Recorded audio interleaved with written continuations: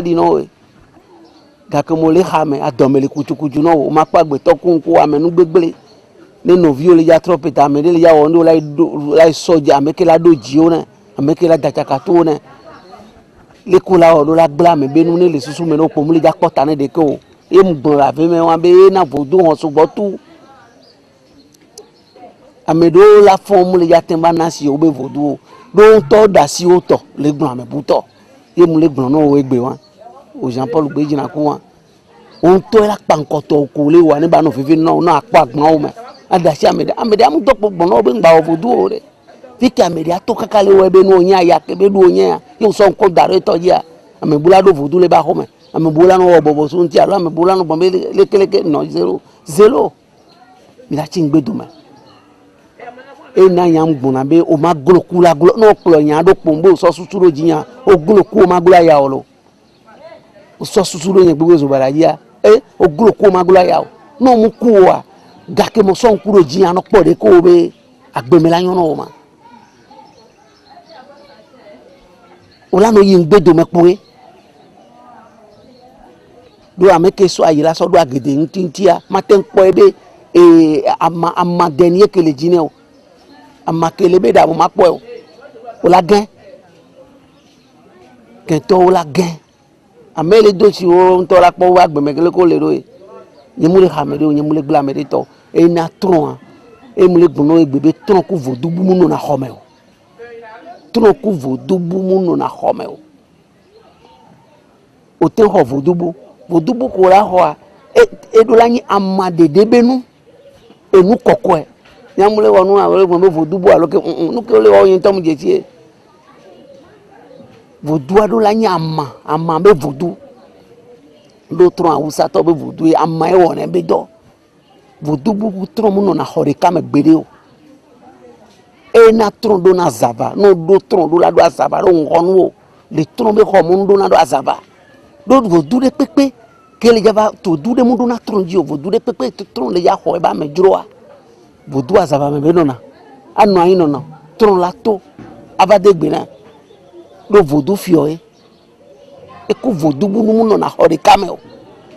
nene ke no do tron tu nya ono se nu gome a ho onu e ho tron ho abe nkole ka azava do la no ye tron so ho na me juro vodu bu ba me juro ke be gbo funu vodu ona na ile gome se no na nuji vodu nyanya mu nyipe o vodu nyanya mu nyipe o gbere o la dopo masi no gbe gigili la gbe me le si torun po e boy o la wa gbe me benu e agbetora do pe kave kwa me wuye o la hanya ye gbo mu le yakota ran re agbetora do pe gban o la hanya ye gbo la kota na e ameke pala gbebe yan e la wa gbebe nu e ameke yan be yan ma ba no onu yawo aro yan ba porun po gbebe lege le ka gbeto do na vonu amero anu ko amero anu o lekedo o ti ngbedo me ami wo mu le ya tenwo ame yo yin ko yin do vun ji po ya yin po de ke ngbedo me po ya la itegbe do yan mu le yin ko do avion mu zon agogo e o avion ma tin zon gogo o ma chari e o la nko po ya la ira ni mu le xamede o togbo dasiro nu ke mu le oji na me le so nku daro mi aya nku la didi e ku po la gbe me amede pepe la ku vo do la oto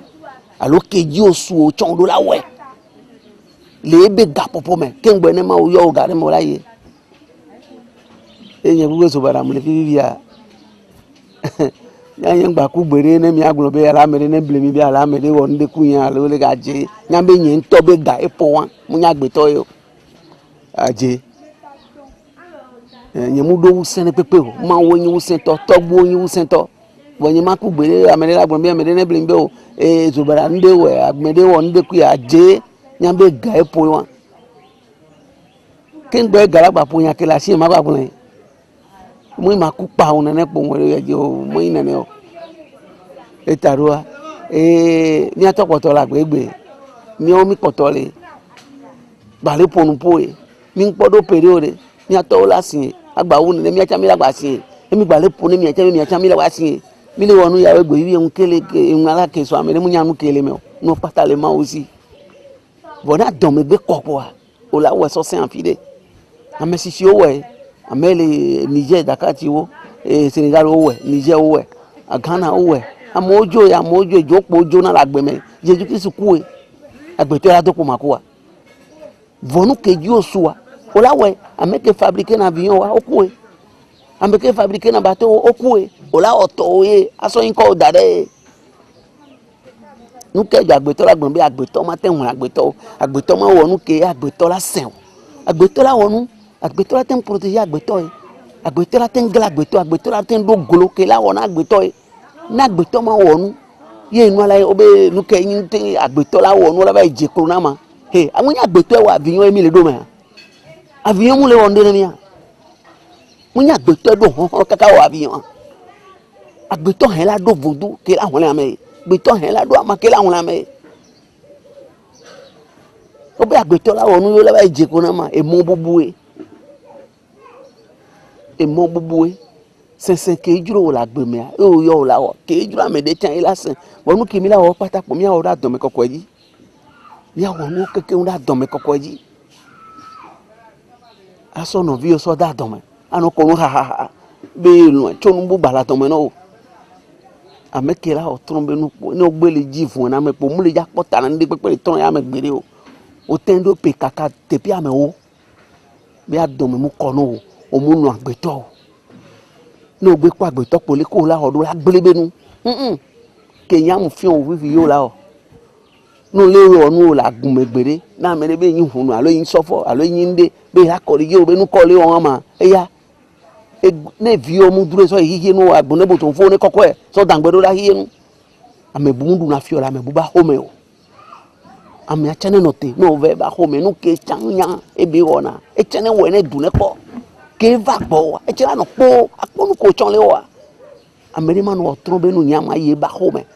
la va ekpo défaut le ntia ba gbon be nu kele o ma nyama gbon po ameri tan va gbon yen nu ke cha mo le wo enyo mo nyo no po do goyi ye u gan le tron me fifi ye nu ogbere e goyi ameri pepe ji be akọ ere ko ne nya be ye nyanu ko nyanu ameri cha nyanu e ko nyanu ameri cha nyanu e goyi ye u gan le tron me nu ko yo nyapo o to ka ameri acha nya ameri cha na wo to no ya fi de pepe na me de so avun so ehu ne wango mo kan o mo we na vodu yo na me so ase so ehu na blewa mo kan o mo we na vodu yo ame ane we topo ko nya na o evo no chan la home o la do fio ame bu be du na fio la me bu ba home la no le ja on la home azikpe gange juro la na yin le ye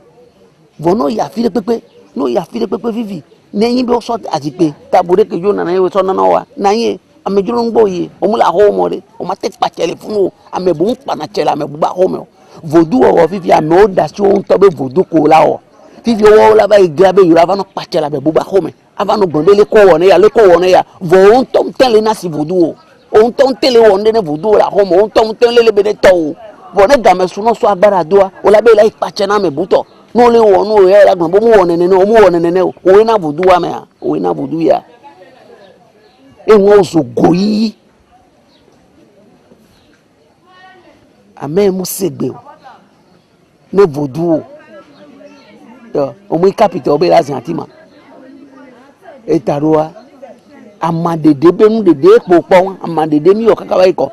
nu ke na mo de na vone to yan no gbon be so nu bu so le wo tron kunu wa un bien ele kwasi ele wo vodu le di ele wonu le hon agbeto wa le ke ma o so gbagbama ye na tron la vie de gloire me do la va gbantron le nubu so vodu nubu keto ye fi oyan vivi so to amanti le tron me o mo documenter tron to afi wa nu ke bo le tron me so to amanti o ama pe woni vo yen po la yen ke mo yan no mo yen o e o gba won ijo ba to igon mecha o mo yen o epo won egbe vivi a o la bla de una me o la na tron wa me enu hun ne tron si nu ke gbe tron be nde pepe o la we adozo gbe awon nde pepe na me alo complet o ho e kuma no me do ma no me enu ko bi o le se ko eva ebe ga e po ye nu ona e ku ya le ho de vive kuna amega ho kuna mi ma wo edu agbe emi o mi ba le me e na ngbon abe ne o na ma si wa me na me ga mu iwe na ga o ami adola gan ami ai toji o so gan e ma wo na na me gan agbeto mu wole na me be Ghana e na mo le gbon be tonu sese tonu ko nto se be nu emi le wo egbe na me ne mu se tonu mu gbon wa na me ne mu se tonu wo egba vi o changba o ne o mu ifose ame cha me la o do ameke se tonu riri lati agbeto be gbe amekele epo ma pojo nu konko nyonu po mi ana wona akwe be gbana le gba jivita ne po nyonu ma vo ne gbe po nyonu le po do la jipo a omudu la ovo du gbe ne o omudu la fi vodu o e gbana kwe do amenene to a ela zonji fofo abe sonji la home fa amenene to a ela zonja tabi abe sonji la home fa amenwa nene to a ela zonjo to bi be no sonji la home fa akwe be gbana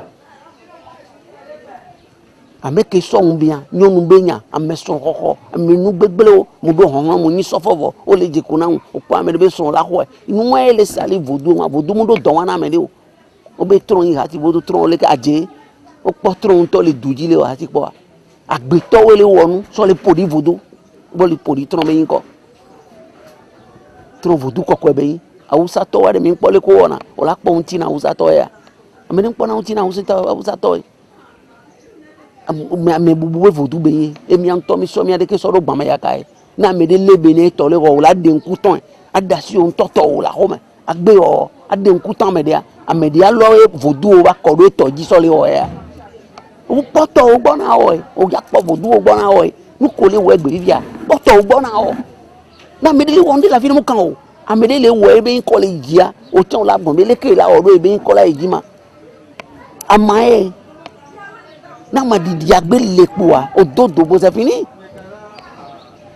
o yi vodu ame o gbona bo yi vodu ame wa o yi vodu ame mo nu je secret ame ndi c'est ça o mu jesi o no la o tron la se vivi o ma o bo bada o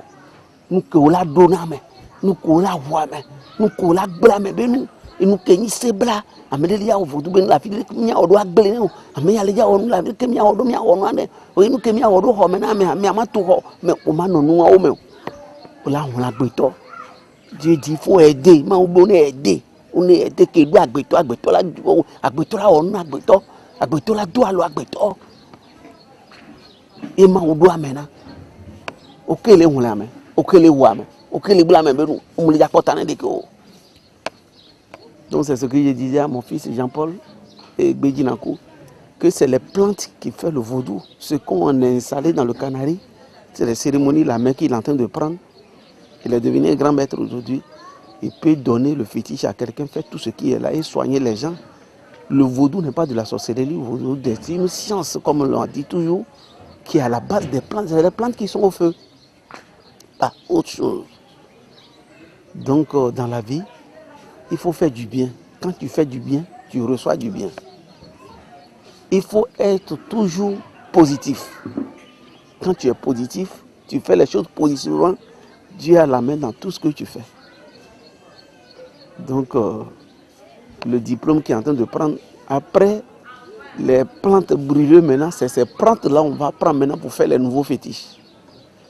Quand on fait les nouveaux fétiches, c'est lui-même qui va faire tous ces nouveaux fétiches-là. Et la cérémonie maintenant commence. La danse, égorger cabri, mouton, tout ça là. Et la danse commence. La joie commence. Là, il a eu le diplôme. Parce que toi-même, tu ne peux pas te grader toi-même. Non, c'est quelqu'un qui doit te grader. Et c'est ce que j'ai expliqué. Amen, toi, mon gradé n'est indiqué. Amen, la gradé. Sauf pour bébé, mouille, sauf fort. Sauf pour bébé, la platron. Il a doué, sauf fort. Mouille, toi, on a comment dire, on dit, vous dites quoi, toi, sauf pour bébé, mouille, sauf pour bébé, de la doué, sauf fort. De la globée à meilleur au coin, il dit, et la bla, vous douez là, vous douez nous. Mouille, la zone de Didi, là, non, on zone de Didi, on m'a dit, quoi, les mains. Et non, là, non, on m'a pas gardé, on m'a pas tanné des pépés, l'homme quoi, là, soit idiot, on tout sinon. Agbeto de la bénédiction. Agbeto akpon kumene to, akpon kumene no, ano gbon nu nganya nganya. Eglo ku to la dakon ku no la dakon, o mudo bénédiction de pépé o. Bénédiction de pépé mu le no mudo si tout de pépé la gbe me o. Ameke sinwa ma mere npona kumene o. Donc nya ke mi do la gbon wanya so bom le o. Encore.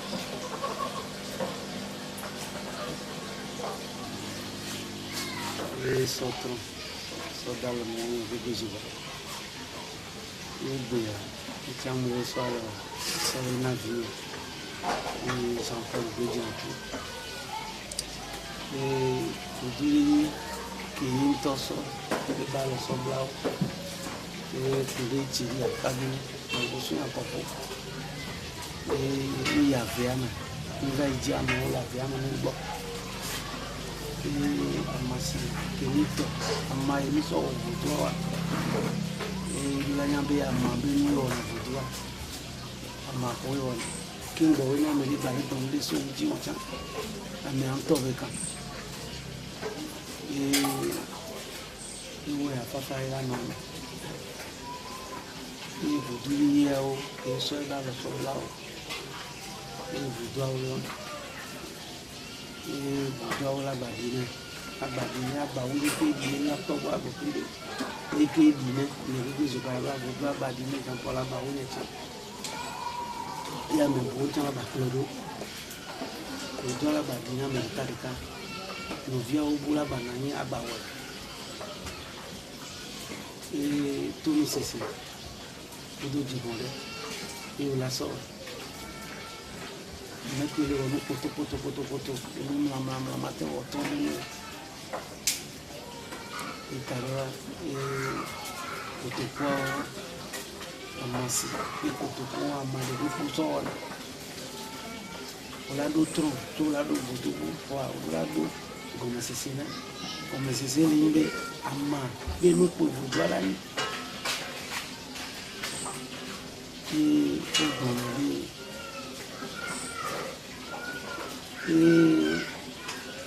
Dakati, Sénégal, tout Niger, Badi Voudoua, Yo Voudoua, les Yansida. Yo Bé Kotokou ya de, les millions Kotokou là.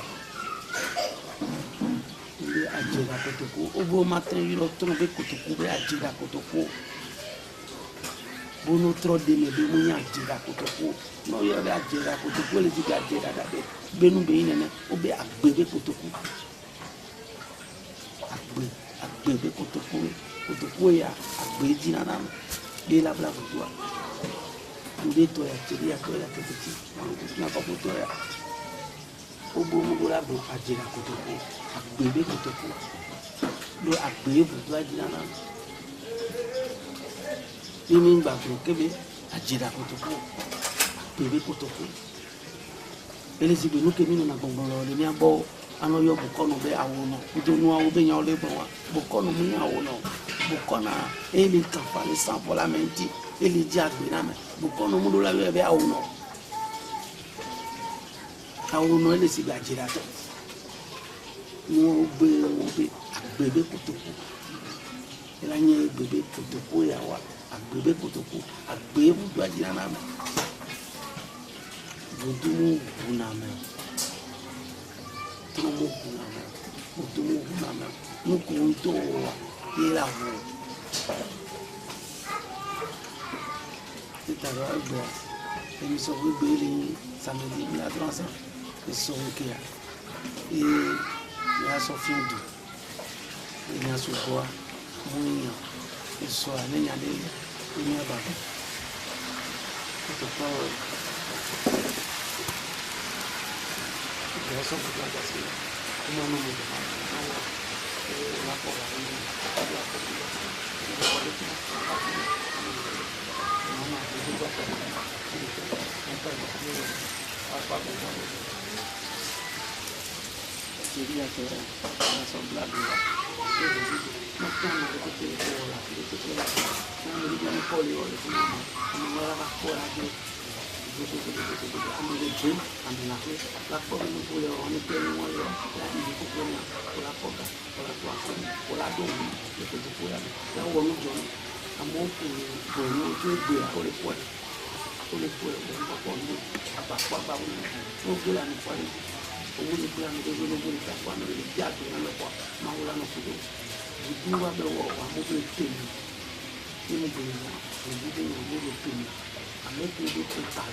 òun ní bọ́ mọ́ sí nàìjíríà náà mi yẹ tó pè mí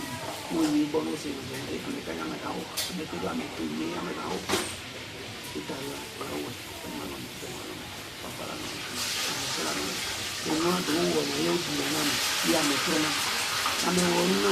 yọ ní mo dùn ní wọ̀ ní yòó ń gbà yí lápẹ́ ọ̀kọ́ wọ̀ náà mi yí di ayé lè bébé òmùní máa wọ̀ nínú àgbẹ̀tọ́ àmì wù ame wo yi tɔ o te mu yi ame gbere ame gbere etɔ gbɔ ame la kɔ le ɔmɔ la dzi enya si didi enu wɔ na ame ebi enya si didi.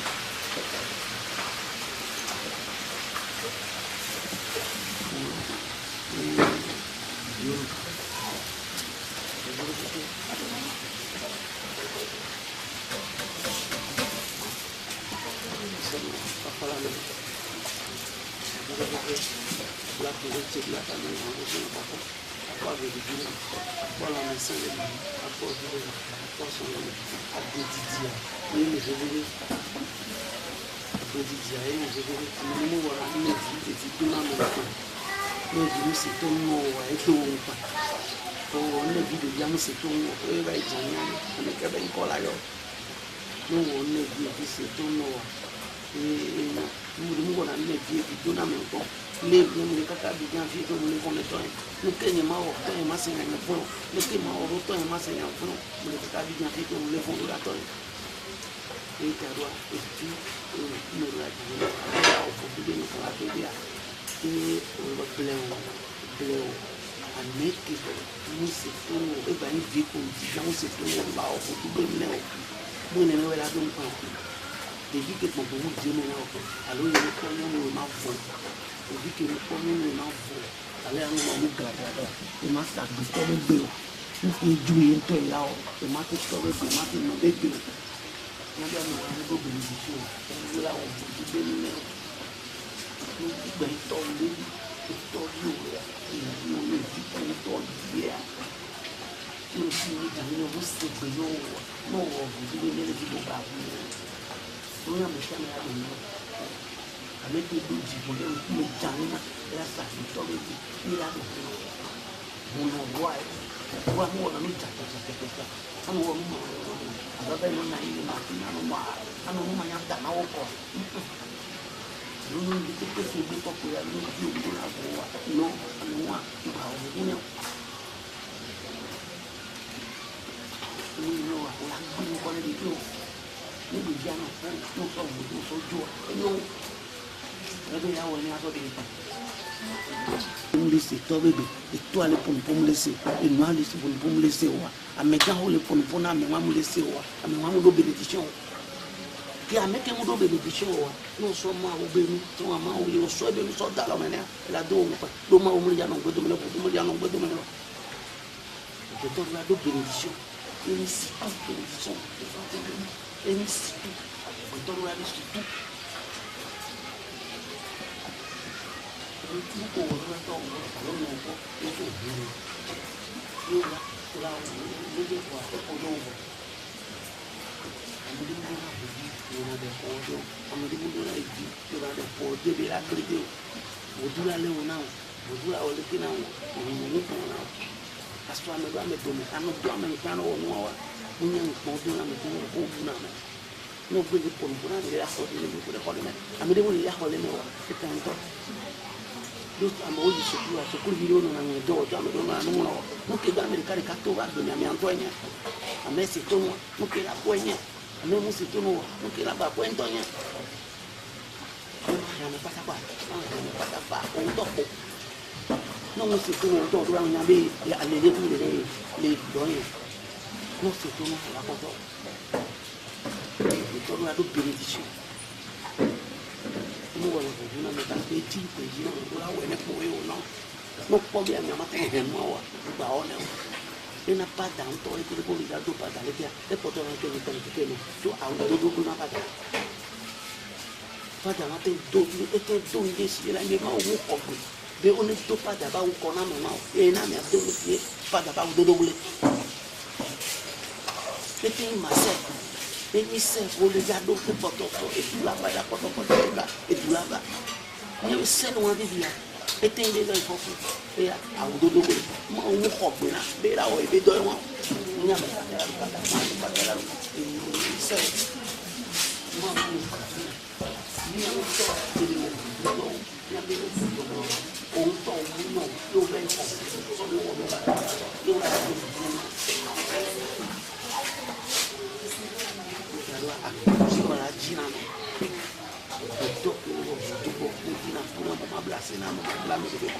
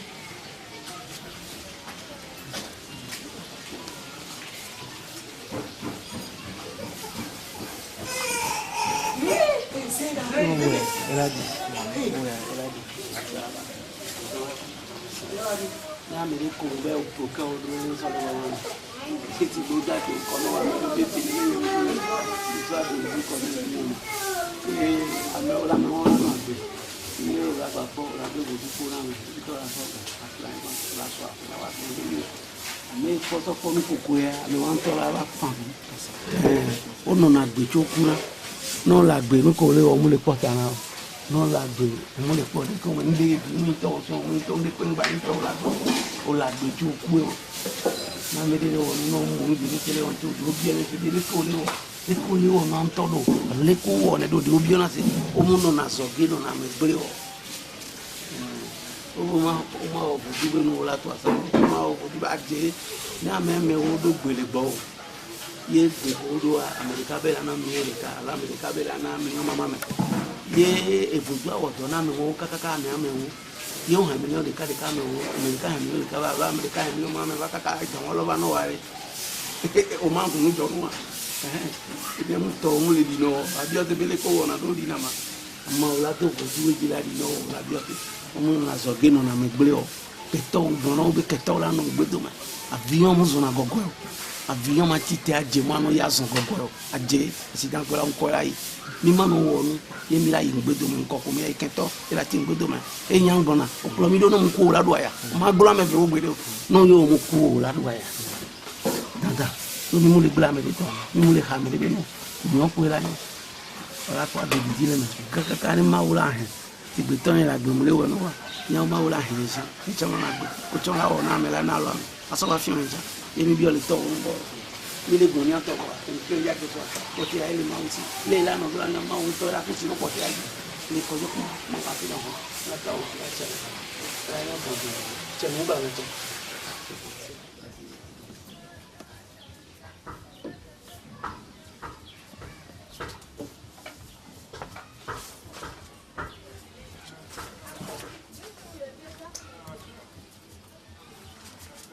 Kami dia jauh nu so teng baso daru bewan to nya jifa zirika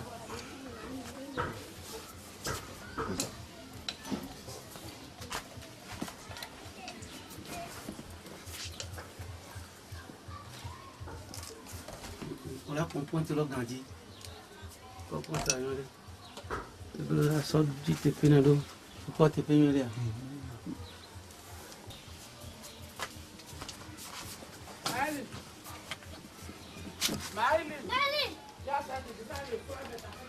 nel limone no giorno non si nasce in trio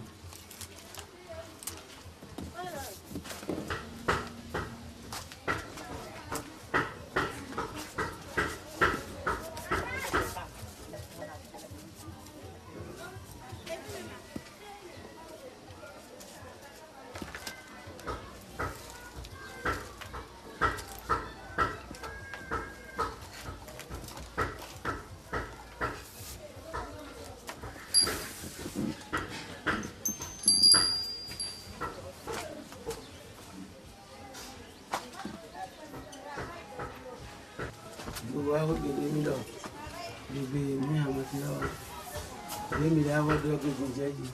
Il va sortir ton âge.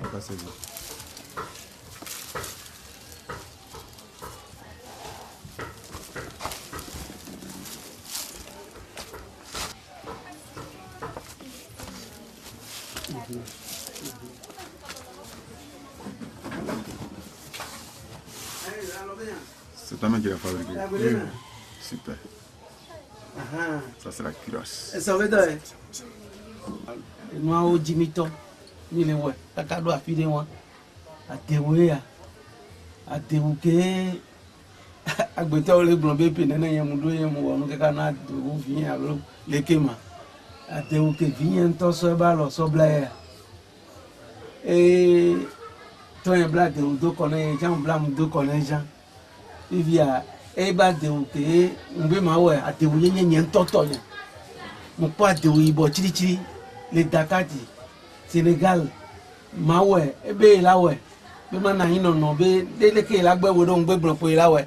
Mais on blade ou donc quand toi un blade qu'on a un temps blade qu'on a vient temps blade et temps mando le bien kebe. Trop muso Ghana, trop muso Togo, trop muso Benin, trop Dakatia, Dakatia le Sénégal. Le que au Bonabe et Benin capitale ligne Cotonou. Dakar, capitale et le Sénégal. Et on bombe les blobés Dakati. Nyang baba et bien c'est tout tron téléphone ba Niger. Dakati, y est tronso ba de Niger. Ba de Niger. Sauf faut voir ma ton les dolly Dakati moi. Sauf faut voir ma ton que les dolly de Niger moi. Ken betron ba de Kaname. Kaname et Kojokuma. Après Kojokuma, Kochiaribra, we waro popokri. Ami ame tongole na ile pandoa. Tuno muso, miantoanye gunwa. Miantoanye gunwa, ya moso le wade, miantoanye gunwa. Gunu munde pepe muso Ghana. Gunu muso Togo, gunu de pepe muso Benin. Trombe gunwa, Dakati, Sénégal, capitale ile Dakar. Capitale Dakar. Sénégal et Bonabe et trop Dakati et Meso. Non, et trop Dakati et Meso. Nous, quand je Bonabe Dakati et Meso. Vodumudo Gumo. A mekele o vodu nwedea. Il faut nous vous ame aba vodula no. O de nyono henyo nwedea de nyono maintawa. O he vinwede de vimaintawa. No he ganwedea de gamaintawa. Les tromoni amede pepeto mi anto benu ye mi ade wajo le numa